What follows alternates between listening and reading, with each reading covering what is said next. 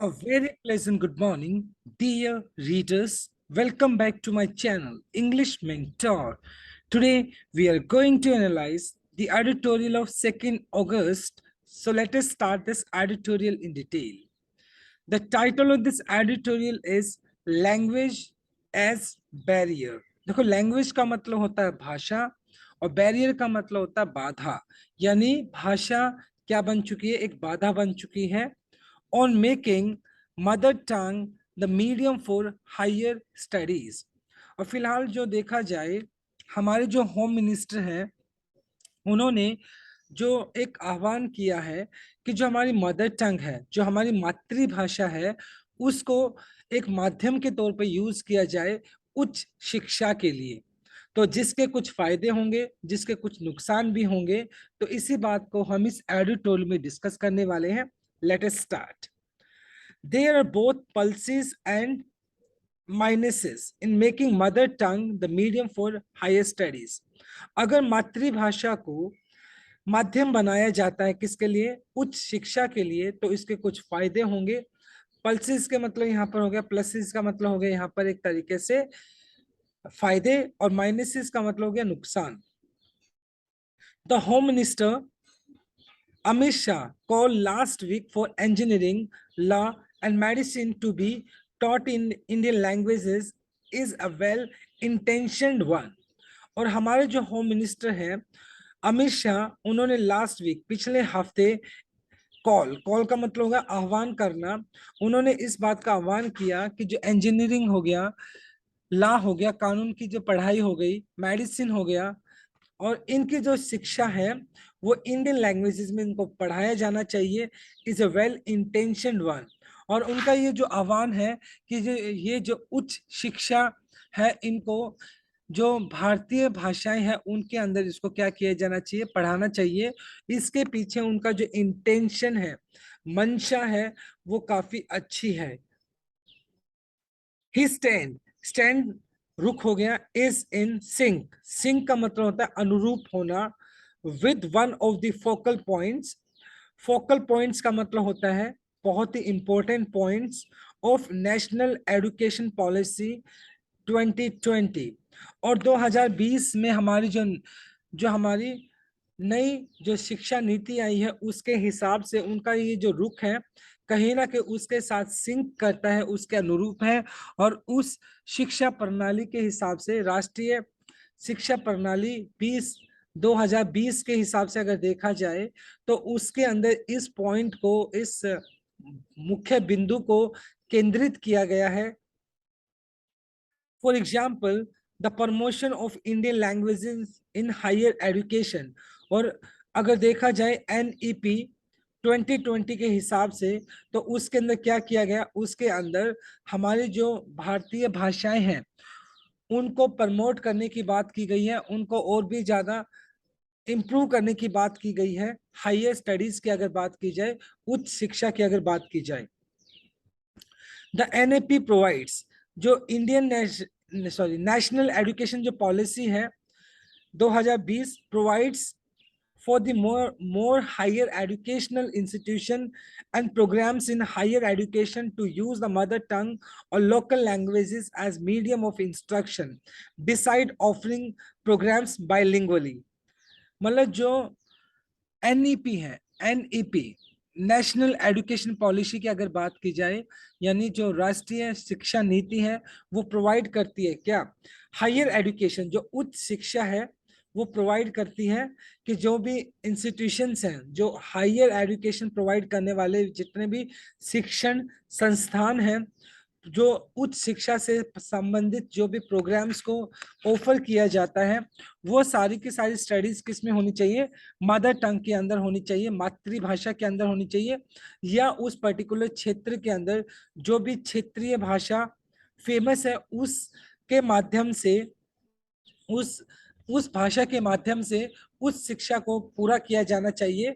Besides offering programmes बाइलिंगुअली, बाइलिंगुअली मतलब द्विभाषीय की अगर बात की जाए, द्विभाषीय के अलावा, यानी दो भाषाओं के अलावा जो लोकल लैंग्वेज है या मातृभाषा है उसके अंदर भी उस शिक्षा को प्रदान किया जाना चाहिए।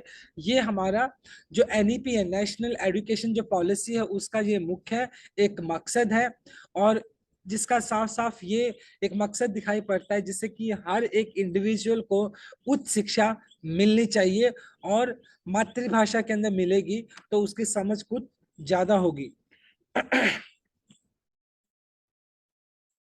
The rationale behind Mr. Shah call is that 95% students who receive primary education in their mother tongue should not be left out in the pursuit of higher studies. और कहीं ना कहीं रैशनल का मतलब एक तरीके से तर्क देना, और अमित शाह ने जो तर्क दिया वो ये था, उनको मतलब इस बात का आह्वान करना कि जो मातृभाषा है उसका प्रयोग किया जाना चाहिए उस शिक्षा को प्रदान करने के लिए।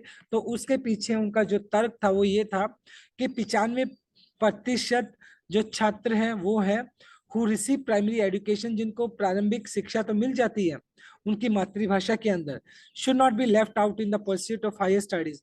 लेकिन जनरली क्या है, वो पीछे रह जाते हैं, और इस तरह के जो विद्यार्थी हैं should not be left out, उनको पीछे नहीं छोड़ा जाना चाहिए इन the pursuit.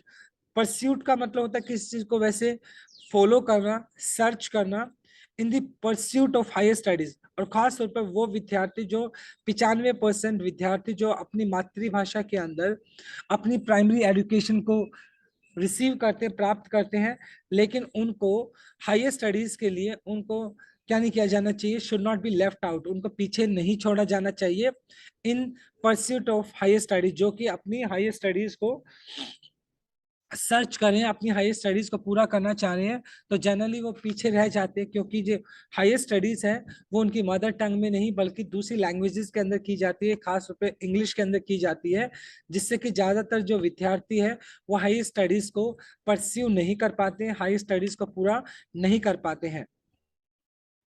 In recent years, फिलहाल के ही सालों में अगर देखा जाए, सब्सटेंटिव मेजर्स, सब्सटेंटिव का मतलब हो गया एक तरीके से बहुत ही महत्वपूर्ण, एनफ पर्याप्त, मेजर्स का मतलब हो गया एक तरीके से उपाय, हैव बीन टेकन, मतलब जो पर्याप्त जो एक उपाय हैं वो लिए गए हैं टू मेक इंजीनियरिंग, जिससे कि मतलब जो फिलहाल के सालों में कुछ महत्वपूर्ण उपाय लिए गए हैं जिससे कि to make engineering courses available in Indian languages, जिससे कि इंजीनियरिंग जो कोर्स है उसको भारतीय भाषाओं के अंदर भी उपलब्ध कराया जा सके।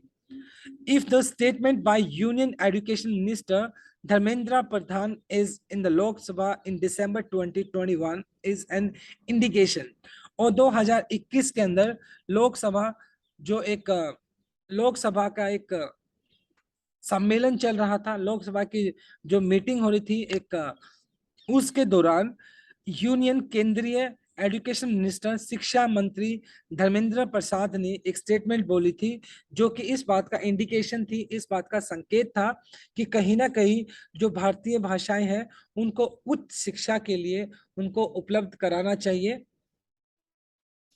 इफेक्टिव 2021-22 द AICTE, इसका मतलब हो गया all India council for technical education, granted approval to 19 engineering colleges in 10 states for having engineering courses in 6 Indian languages। और जो AICTE है, all India council for technical education, तो उसने क्या किया है, उसने 19 इंजीनियरिंग कॉलेजेस को अप्रूवल दिया है कि वो अगर चाहे तो इंडियन भाषा के अंदर, भारतीय भाषाओं के अंदर इंजीनियरिंग की जो स्टडीज है उसको प्रोवाइड कर सकती हैं। और ये जो 19 इंजीनियरिंग कॉलेजेस हैं वो 10 स्टेट्स के अंदर है, और जिसके अंदर 6 भारतीय भाषाओं के अंदर जो इंजीनियरिंग की जो पढ़ाई है उसको पूरा कराया जाएगा। The council has also developed an ICTE translation automation AI tool that translate English online courses in 11 Indian languages। और एट द सेम टाइम अगर देखा जाए AICTE all India council for technical education ने अपना एक खुद का एक सॉफ्टवेयर भी डेवलप किया है, ट्रांसलेट जो करता है, जो कि इंग्लिश जो ऑनलाइन कोर्स है उसको 11 भारतीय भाषाओं में कन्वर्ट कर देता है, जिससे कि वो बच्चे जो भारतीय भाषाओं के अंदर अपनी इंजीनियरिंग की स्टडीज को पूरा करना चाहते हैं तो उस ट्रांसलेशन से वो हेल्प लेकर अपनी स्टडीज को पूरा कर सकते हैं। Swayam Swayam an open online courses platform for the central government. और फिलहाल सेंट्रल गवर्नमेंट ने एक सव्यम नाम से एक ऑनलाइन कोर्स प्लेटफॉर्म भी स्टार्ट किया है, जिसका पर्पस क्या है, has been offering some popular courses in Indian languages too. और इस पर्टिकुलर प्लेटफॉर्म पर भारतीय भाषाओं के अंदर कुछ जो कोर्सेज है उनको प्रोवाइड किया गया है, कुछ फेमस कुछ पॉपुलर जो स्टडीज है कोर्सेज है उनको प्रोवाइड किया गया है इस प्लेटफॉर्म के ऊपर। The import of this is that the goal of covering all this section as far as higher education is concerned should become a reality। और the import का मतलब हो गया एक तरीके से महत्व, और इसका जो महत्व है वो ये है, इसका जो गोल है, इसका जो एम है वो क्या है, कवरिंग ऑल दिस सेक्शन, मतलब जितने भी सेक्शन है, जितने भी विशेष वर्ग हैं इंडियन सोसाइटी के अंदर, उन सभी को कवर किया जाए as far as higher education. जहां तक जितने भी वर्ग हैं उनको उस शिक्षा के लिए उनको कवर किया जाए, उनको उस शिक्षा प्रदान की जाए, इस कंसर्न शुड बिकम रियलिटी। और इसके पीछे जो मुख्य मकसद है कि जितने भी वर्ग हैं उनको हायर एजुकेशन दी जानी चाहिए और ये अपने आप में एक रियलिटी बने, एक वास्तविकता बने, जिससे कि ज्यादा से ज्यादा जो सामाजिक वर्ग है उनको उच्च शिक्षा प्रदान की जाए। But at the same time, लेकिन फिलहाल उसी टाइम अगर बात देखी जाए, one should not gloss over the exercise not having yielded results. Gloss over का मतलब होता है थ्रो सम लाइट्स ऑन, मतलब प्रकाश डालना। तो इसके साथ साथ ये भी नहीं होना चाहिए कि one should not gloss over the exercise not having yielded results. yielded का मतलब प्रोड्यूस रिजल्ट्स। और एट द सेम टाइम किसी को भी इस बात पर प्रकाश नहीं डालना चाहिए कि कोई भी ऐसी एक्सरसाइज को इम्प्लीमेंट ना किया जाए, उसके ऊपर ज्यादा मतलब प्रकाश ना डाला जाए जिसका कोई रिजल्ट ही नहीं है, यानी उन चीजों को इम्प्लीमेंट ना किया जाए जिसका रिजल्ट नहीं है। इन तमिलनाडु फॉर इंस्टेंस, और अगर देखा जाए तमिलनाडु के अंदर उदाहरण के तौर पर, द बिड, बिड का मतलब बोली हो गया, to impart engineering education through the Tamil medium has not created any impact. और फिलहाल अगर देखा जाए तमिलनाडु के अंदर भी तमिल भाषा के अंदर इंजीनियरिंग को मतलब क्या करना, तमिलनाडु के अंदर तमिल भाषा के अंदर इंजीनियरिंग को पूरा करने की बात कही गई थी, लेकिन इसका कोई ज्यादा इम्पैक्ट नहीं पड़ा, इसका ज्यादा प्रभाव नहीं पड़ा। डिस्पाइट इसके बावजूद the principle of political players, लेकिन इसके बावजूद जो तमिल भाषा जो है, जो राजनीतिक जो नेताएं हैं, उन्होंने क्या किया, using language as the political tool, बल्कि जितने भी पॉलिटिकल जो लीडर्स हैं उन्होंने तमिल भाषा का यूज किया वोटर्स को कन्विंस करने के लिए। तो यानी यहाँ पर बात हमें देखने को मिली कि जो पॉलिटिकल जो एजेंडा है उसको पूरा करने के लिए तमिल भाषा का यूज किया, लेकिन इसके बल्कि जो जब तमिल भाषा के अंदर इंजीनियरिंग को प्रोवाइड किया गया तो उसमें ज्यादातर इंटरेस्ट को नहीं दिखाया गया। In the field of law, कानून वाली जो पढ़ाई है उसकी अगर बात की जाए, before the subject is taught in Indian languages, इससे पहले कि ये जो जो पढ़ाई है अगर इसको मतलब इंडियन लैंग्वेजेस में पढ़ाया जाए, इससे पहले क्या किया जाना चाहिए, द सेंट्रल गवर्नमेंट, जो केंद्रीय सरकार है, should try to impress upon the judiciary to allow the use of Indian language in court proceedings. और एट द सेम टाइम मतलब इससे पहले कि जो ये कानून की पढ़ाई जो है वो भारतीय भाषाओं में इसको पढ़ाया जाए, eight the same time central government को जो हमारी जुडिशरी है, न्यायाधीश जो है, उनको इस बात के लिए इम्प्रेस करना चाहिए, इस बात के लिए कन्विंस करना चाहिए कि जो जितनी भी प्रोसीडिंग्स है, जितनी भी प्रक्रिया है, जितनी भी हियरिंग की जाती है, जितने भी केस लड़े जाते हैं, जितना भी प्रोसीजर है वो सारा का सारा किस में किया जाना चाहिए, वो इंडियन लैंग्वेजेस में ही की जाने चाहिए, क्योंकि ज्यादातर जो जो प्रोसीडिंग्स होती है कोर्ट्स के अंदर वो इंग्लिश लैंग्वेज के अंदर होती है। तो एट द सेम टाइम अगर हमें अपनी इंडियन लैंग्वेजेस को प्रमोट करना है तो वहां पर जो प्रोसीडिंग्स हैं, जितनी भी मतलब प्रक्रिया है, वो सारी की सारी भारतीय भाषाओं के अंदर होनी चाहिए, जिससे कि इंडियन लैंग्वेज को प्रमोट किया जा सके। While there is no need for haste in making educational materials available in Indian languages, लेकिन इसका मतलब ये भी नहीं है कि मतलब कुछ जल्दबाजी की जाए। हेस्ट का मतलब हो गया जल्दबाजी करना, कि मतलब जल्दबाजी दिखाते हुए जो जो भी मटेरियल है उसको इंडियन लैंग्वेजेस के अंदर उसको अवेलेबल कराया जाए, उसको उपलब्ध कराया जाए, तो इसके अंदर जल्दबाजी भी नहीं करनी। The approach and methodology should be discussed threadbare by the policymaker and educationist without political pressure or interference। और जहां तक बात की जाए अप्रोच, दृष्टिकोण की बात की जाए, मैथडोलॉजी मतलब हो गया एक तरीके से जो शिक्षा प्रणाली की अगर बात की जाए, जिस मेथड से इसको पढ़ाया जाना है, शुड बी डिस्कस्ड, उसको डिस्कस किया जाना चाहिए।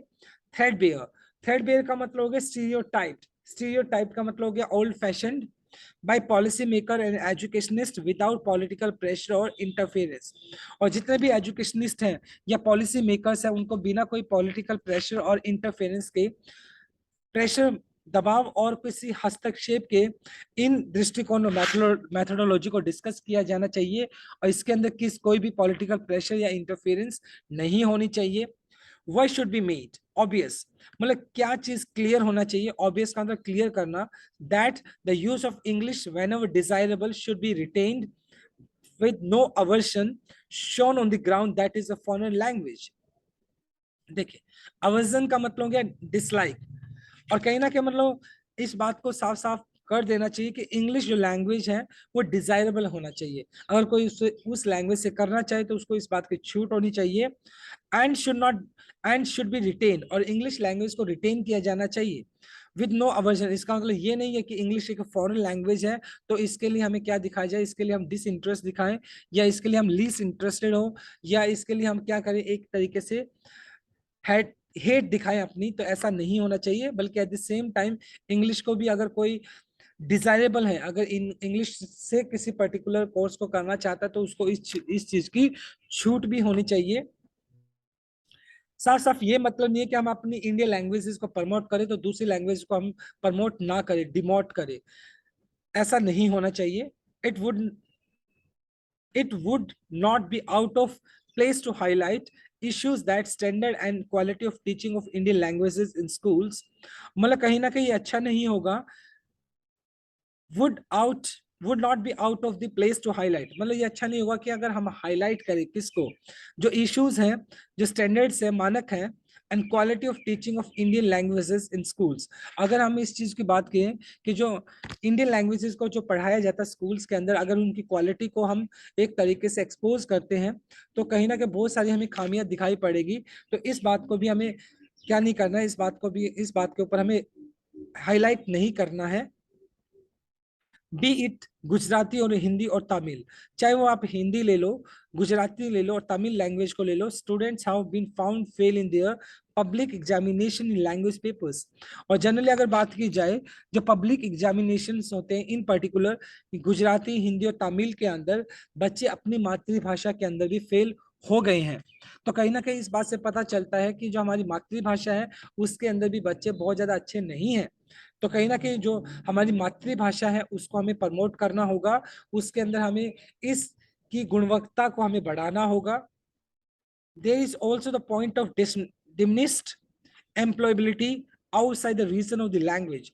एट द सेम टाइम हमें इस बात को भी नहीं भूलना चाहिए कि देखिए, डिमिनिश्ड एम्प्लॉयबिलिटी, देखो डिमिनिश्ड का मतलब हो गया कम होता हुआ, एम्प्लॉयबिलिटी का मतलब हो गया रोजगार, outside the region of the language. अगर आप किसी भी लैंग्वेज को फॉलो करते हैं, सपोज अगर मैं बात करता हूँ कि मैं अगर हरियाणा से बिलोंग करता हूँ या पंजाब से बिलोंग करता हूँ तो वो स्पेसिफिक लैंग्वेज वहां बोली जाती है। लेकिन एट द सेम टाइम अगर आप वो पर्टिकुलर लैंग्वेज को बोलते हो और आप किसी दूसरी स्टेट के अंदर चले जाते हो, चाहे वो पंजाब हो, चाहे चाहे वो गुजरात हो, चाहे महाराष्ट्र हो, कोई भी पर्टिकुलर स्टेट में अगर आप चले जाओगे तो वो लॉन्ग अगर वो लैंग्वेज अगर नहीं बोली जाती है तो इससे रोजगार के पे भी कमी पड़ती है, इससे रोजगार के अंदर भी कमी आती है। If the government is serious in taking forward its stated position of creating higher education access to certain sections, और अगर सरकार इस बात को लेकर सीरियस है कि जो सरकार ने अपना जो मतलब एक पोजीशन ली है जिससे कि वो हायर स्टडीज के लिए, उस शिक्षा के लिए मतलब क्या करना चाहती है, कुछ कदम उठाना चाहती है जिससे कि कुछ जो वर्ग है सोसाइटी के, उनको वो एक्सेस मिल सके, वो अपनी उस शिक्षा को भारतीय लैंग्वेजेस के अंदर, मातृभाषा के अंदर, जो भारतीय भाषाएं हैं उसके अंदर वो पूरा कर सके। अगर सरकार इसके लिए सीरियस दिखाई पड़ती है, गंभीर दिखाई पड़ती है, इट शुड डिस्पैशनेटली, डिस्पैशनेटली का मतलब होता है शांतिपूर्वक तरीके से, study the advantage and disadvantages. तो सरकार को इस बात के लिए क्या करना चाहिए, शांतिपूर्वक तरीके से, डिस्पैशनेटली का मतलब हो गया शांतिपूर्वक तरीके से, पीसफुली तरीके से। तो इस जो एक रुख, मतलब ऑब्वियस सी बात है, सरकार ने लिया है जिसके लिए जो भारतीय जो भाषाएं हैं उनको उस शिक्षा के अंदर यूज किया जाएगा, तो उसके जो एडवांटेजेस हैं, जो फायदे हैं, और डिसएडवांटेजेस है, जो उसके नुकसान है, उसको शांतिपूर्वक तरीके से उसको डिस्कस किया जाना चाहिए, उसका विचार किया जाना चाहिए। Okay, so my dear friend, this is all about from this article. Thanks for watching this video. Please do like, share, comment and subscribe to my channel. Tomorrow I'll continue with another article. Till then, bye bye, take care and have a nice day.